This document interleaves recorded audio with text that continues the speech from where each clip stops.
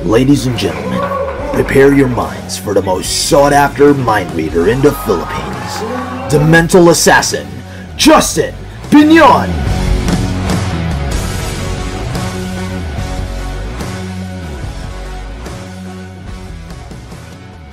Isa sa pinaka natutunan ko during the lockdown and the master ko is this thing that is called resonance. Na-realize ko, resonance is kung ano yung gusto kong pakiramdam nyo, kung anong gusto kong isipin ninyo, I have to start with myself. So if I want you to be happy, I have to be happy first. So I'm going to resonate something with you. But actually, I'm going to resonate 6 digits. Ibig sabihin, meron akong ipapaisip sa inyo na 6-digit number. I need a volunteer, okay? Don't worry, your secret is safe with you. Ikaw, okay. Sige, kahit dito ka lang, kahit dito ka. Okay. What's your name? Ira, nice to meet you, Ira. So, the best way to resonate those 6 digits is my lock screen, okay? Nagkaroon naman ng time sa buhay mo, Ira, na naisip mo, shit, sana alam ko yung lock code niya. Di ba? Oy, that's rare, ha? Most of the time, oo, di ba? So, kayo, I'm sure yung mga tumawa, di ba? Naisip ko, sana alam ko yung lock code niya. Okay, so this evening, I'm going to teach you how, Ira. Okay, so I have your 6 digits. Nakikita nyo ba, guys? Okay. Ira, isang mabilisan. Okay, isang mabilisan. What do you think are those digits? Give me 6 digits. 6, okay? Palitin natin. Yan, next. 1, okay? Next. 9, okay? Next. 8, okay? Next. 2, okay? Next. 5, okay. Siyempre hindi mag-open, Ira. Kasi isang mabilisan lang yun, and ngayon lang tayo nag-meet. Most of the time, when we input our lock code, may kinalaman yun sa sarili natin, di ba? Usually birthday, special date, special number. Ang sinabi mo, those are just random numbers. Siyempre hindi mag-open ng lock code ko kasi wala yung kinalaman sa akin. So Ira, magpapakilala muna ako sa'yo para magkaroon tayo ng rapport ng konti. So, nagsimula lahat ng to around, natuto ko magbasa ng isip, around 15, 16, 17 years ago, matagal na. Nagsimula to lahat sa breakup, sa pag-ibig. So, nasa high school ako noon, first girlfriend ko, we were in a relationship for 5 years. Tapos pagdating namin sa college, 5 years, pagdating namin ng college, bata pa ako yun. So high school, siguro 3rd year o 2nd year naging kami, tapos hanggang college kami for 5 years. Tapos sa 5th year, nag-decide kami ng college na maging magkatabi yung school namin. So nag-aaral ako sa San Beda, siya sa Holy Spirit, parang araw-araw pa rin kami nagkikita. Tapos sa 5th year, may nangyari. Nakipag-break siya kasi pinagpalit na ako sa kaklase niya. So she was my first girlfriend. Hindi ko alam kung anong gagawin ko noon.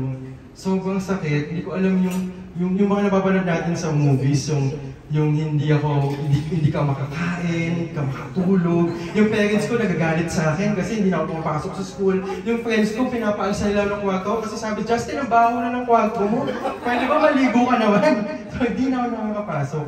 Now, at the verge of giving up, na-realize ko when I woke up, what if I can read minds? Because if I can read minds, malalaman ko na yung pagpapalit na pala niya ako. Or what if I can hypnotize people, i-hypnotize ko lang siya na bumalik sa akin. So yun yung naging motivation ko back then. Tapos pinabasa akong book, yung Definitive Book of Body Language. After reading that, na-realize ko, hindi ko pala kailangan magkaroon ng superpowers and psychic to read people. Na-realize ko, I just need to learn how they react, how they move, and how they understand things. Now, looking at you, Ira, I can sense na parang lumuluwag na yung loob mo sa akin. Bumababa na yung guard mo, parang kilala mo na ako buong buhay. Now, Ira, here's what I want you to do, okay? I want you to believe, since you know me now, I want you to believe that you are me now. Na napagdaanan mo lahat ng napagdaanan ko. Huwag mong isipin mabuti ano kayo mga numbers, hindi mo na kailangan isipin yun, okay? Oo. Hindi mo na kailangan isipin, just trust yourself and believe that you are me now. So in a while, you're gonna feel something, a certain sensation in your body, from your legs, going up to your spine. Yes, that's right. Pupunta sa leeg mo, hanggang sa ulo mo. You're feeling something na parang we are now connected. Yes, so I've resonated something to her. Now, believe that you are me now. Since you believe and you are me, anything na lumabas sa bibig mo will be easy because this is your phone, right? So, Ira, what do you think is the first digit?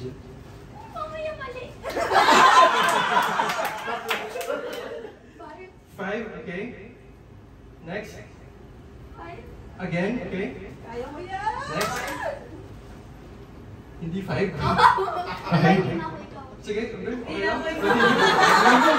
Huwag mong isipin mabuti. Huwag mong isipin mabuti. It will be easy, okay? Trust in yourself. Una lumabas sa isip mo. 1, okay? Next. 2. Okay? Next.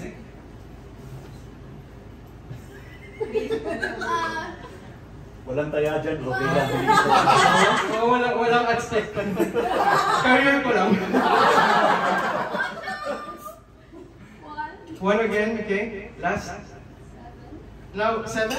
When I press 7, and nag-unlock yung phone ko, makakatanggap ka naman si bagong palakpakan. Also, isa ka ng ganap na mind reader. Okay? What's the number? Gusto mo ikaw na lang pumindot?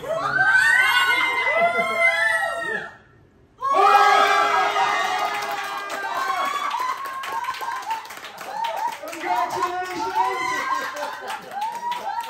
Ira! Isa ka ng ganap na mind. How does it feel that you're a mind reader now?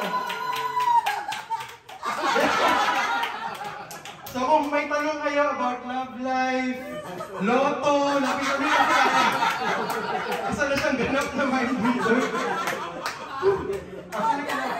Kinabahan din ako doon, ha? So, napaganon ako. Alright, good job, Ira. So since we